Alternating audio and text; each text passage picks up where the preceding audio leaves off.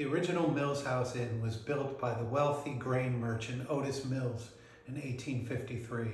The five-floor Italianate-style hotel was the most luxurious of its time, with running water and steam heat for its discriminating guests. Today the building no longer stands, but in its place is a new Mills House that was built in the image of the original, but with one major exception. It now has 7 floors instead of 5. The old building saw its fair share of history and tragedy. Robert E. Lee stayed there during the Civil War, supposedly during the time of the Great Fire. Reportedly, Lee and his men helped fight back the flames and rescue and evacuate women and children who were hurrying out of the building.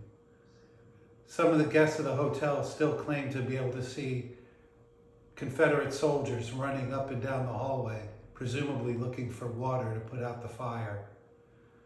The paradox of this haunting is that despite there being entirely new construction, the old hauntings remain. But because of this fact, there remains more than a few skeptics of the stories, one of whom was the night manager, at least until he was convinced otherwise.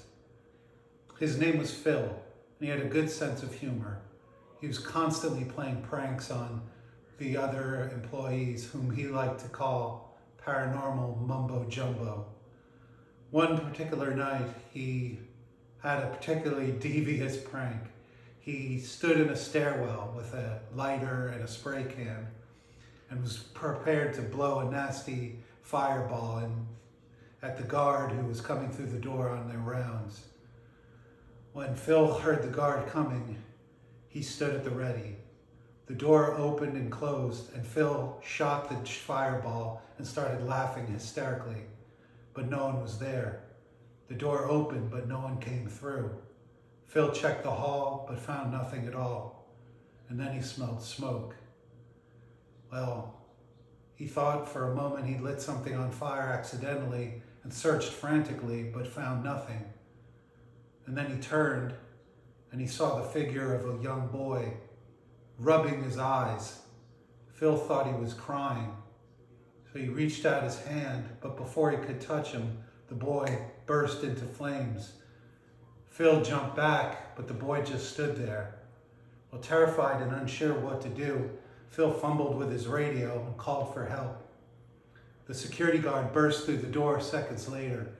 Phil turned toward him, but when he looked back, the boy and the raging fire were gone. To this day, no one is sure what happened to the boy. But Phil doesn't play any pranks on his co-workers anymore. In fact, he quit shortly after. Although, due to his stunt, it's pretty likely he was going to get fired. The end.